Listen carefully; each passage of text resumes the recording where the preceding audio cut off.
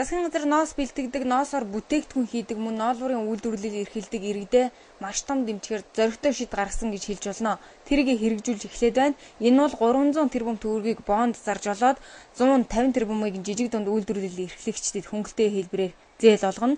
100-г нь ноолуураар бүтээгдэхүүн үйлдвэрлэгчдэд 5 жилийн хугацаатай жилийн 7% хүүтэйгээр зээлүүлэх юм а. Тэгвэл 25 тэрбумыг нь ноосоор бараа бүтээгдэхүүн үйлдвэрлэгчдэд мөн дээрхтэй адил нөхцлөөр зээлдүүлж дэмжинэ. Харин ноосны үйлдвэрийг ноосоор хангадаг малчтай бол үлдсэн 25 тэрбум төгрөгөөр нь урамшуулн шагнах юм а. Тэгвэл одоо мөнгө осгох, түүхийд худалдаа авах зэрэг ажлуудаа аль хэдийнэ эхэлчихэд байна. Энэ удаа зөвхөн ноосны үйлдвэрлэлийг ямар шатлалаар дэмжиж байгааг нь танилцуулъя. Монголын малчтын бүтэн жилийн хөдөлмөр хэдэн зуун тонн хоньны ноос дотооддоо угаалгах төдийгөөр хятадын хил давдаг болоод 10 гаруй жилийн нүүр үзэж байна. Тэгвэл засгийн газрын авч явуулж байгаа энэ удаагийн бодлого нь цагаан алтны үнгүйдлийг арилгана, дотоодын ноосоор бараа үйлдвэрлэгч аж ахуй нэгжүүдээ хүл дээр босгоно. Малчит түүхийн эдээсээ баггүй ашиг олчихдаг болно гэж тооцож инхүү бодлого хэрэгжүүлж байгаа юм а. Ингийн тулд хамгийн түрүүнд ноосоо Монголдо үлдээх арга хэмжээ авч байна. Үүний гол цөм нь малчтаас ноосыг зах зээлийн ханшнаас нь өндөр үнээр худалдаа аваа зогсохгүй, ноосоо дотоодын үйлдвэртээ авчирч өгснөхийн төлөө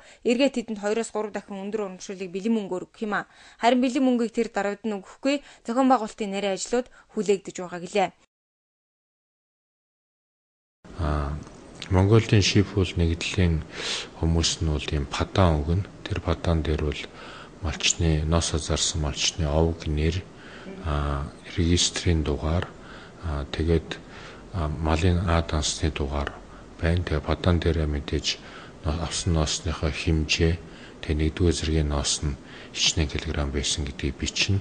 Тэгээ энэ бие төлөөлөгч одоо энэ ноос худалдаж авч байгаа суманд ажиллаж байгаа агентууд нэг шар өнгийн тийм нэг үнэмлэхтэй байгаа. Өөрийн бас нэг тийм тамга тэмдэгтэй байгаа. Тэгэхээр падан дээр өөрийнхөө тамга тэмдгийг дарж өгнө. За тэгээ энийг худалдсан малчин энэ паданаа бариад сумынхаа тамгын газар очиод сумын малын үржлийн асуул хариуцсан мэрэгжилтэн сумынхаа засаг даргатай уулзаад тэнд одоо мэдээнд нэгтгэх ёстой болно. Тэнд давхар үүнийг баталгаажуулах ёстой.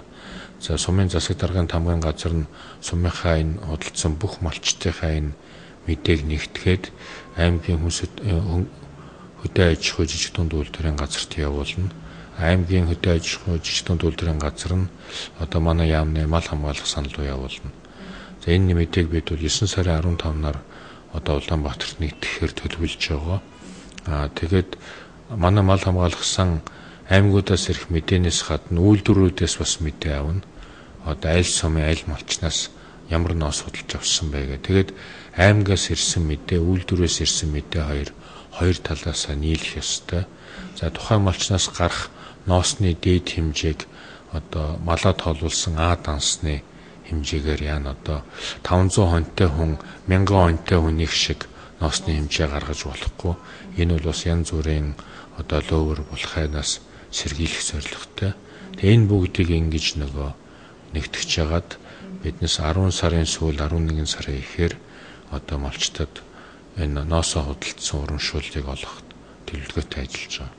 Ийм урамшууллын систем нь өөрөө гадны чэнжүүдийн худалдаа авалтыг аяндаа хаачхна гэдэгт бодлого боловсруулагчид нь бүрэн итгэлтэй байгаа байна.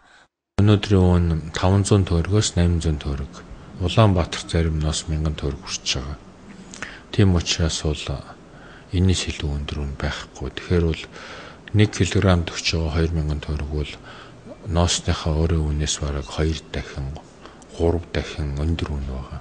Монгол улсын хэмжээнд жилдээ 20,000 орчим тонн ноос үйлдвэрлэдэг юм байна. Үүнээс 50% нь нэгдүгээр зэргийн ноос байлаа гэхэд тэднийг худалдаа аваад урамшуулал олгоход 25 орчим тэрбум төгрөг зарцуулна. Ойролцоогоор 12,000 тонн нэгдүгээр зэргийн ноос төвлөрүүлнэ гэж тооцоолоод байгаа юм байна.